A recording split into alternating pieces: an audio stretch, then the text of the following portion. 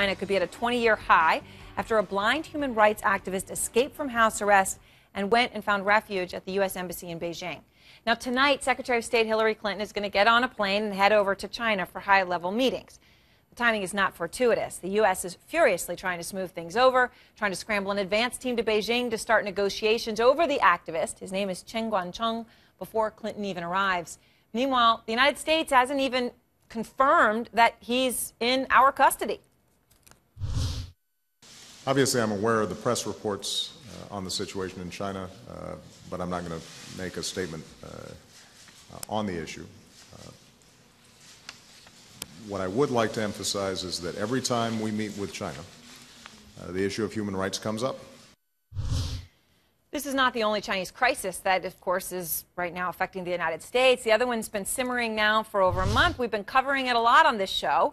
It started when British businessman Neil Heywood was found dead in a hotel room in China in November. Police now have ruled it murder, the government tossing a powerful communist leader, Bo Xilai, out of his office for corruption. The scandal has sparked rumors of a coup in China. Bo hasn't been seen since. His wife is arrested and now accused of poisoning Heywood when a business deal went bad. Speculation is growing she could be about to put out a written confession. Chris Johnson is a former China analyst for the CIA. He says the two controversies have created the most tension between the U.S. and China since the Tiananmen Square crackdown in 1989. It's a significant statement. Chris Johnson is out front tonight. Chris, I have to imagine Hillary Clinton and Tim Geithner are not happy at all about having to go to China this week. No, absolutely not. As your piece pointed out, this really is probably the most delicate moment that the U.S. has faced in its relationship with China in over 20 years. And it's a very complex situation. We had, of course, the tensions emanating from the Bo Xilai case. Obviously, the Chinese leadership is very distracted by that. And now this. It is not helpful to the situation at all. And, well, I'm just curious because the U.S. seems to be sort of ratcheting it up. You know, I remember when the U.S. sold arms to Taiwan, and then China wouldn't even let the defense secretary at the time, Robert Gates, come into China. They were so angry about it.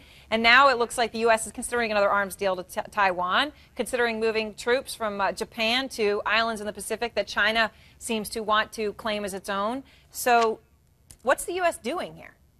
Well, I think it certainly is a sort of seeming cauldron of these various issues, and my sense is that they're all sort of uniquely timed, but not meant to, you know, send a deliberate message to Beijing. But of course, within China, that's how it will be interpreted by a lot of folks within the leadership. There's a large number of people there who take this sort of conspiratorial mindset that the U.S. is out to stifle China's rise, and they will see all of these moves as interconnected, even though they probably aren't.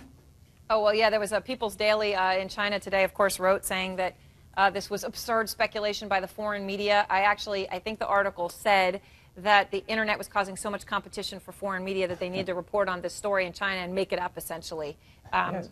That's how pathetic it was. So certainly they're feeling like this isn't fair. Yes, no, absolutely. And in fact, all of those sort of stories that appear in People's Daily, you know, the way to observe those is, of course, whatever they're saying, the opposite is true. So in that particular piece, they noted that, of course, there is no political struggle going on in Beijing. Of course and in not. fact, that shows that there is one going on in Beijing. And the interesting part of that, though, of course, is that the term political struggle is appearing in the front pages of, you know, the Communist Party mouthpiece. Again, that really hasn't happened in many, many years, and it shows the depth of the charged political atmosphere in Beijing right now. Chris, I'm also curious. A lot of people have been very frustrated in the United States about the Secretary of State, Hillary Clinton, going over to China in the past and not talking about human rights. That the U.S. has, you know, gone ahead and done deals and moved ahead in its relationship with China and not talked about human rights. How is she going to avoid it this time when the United States seems to have a leading Chinese human rights activist in its embassy in Beijing? Yes, I think you're absolutely right.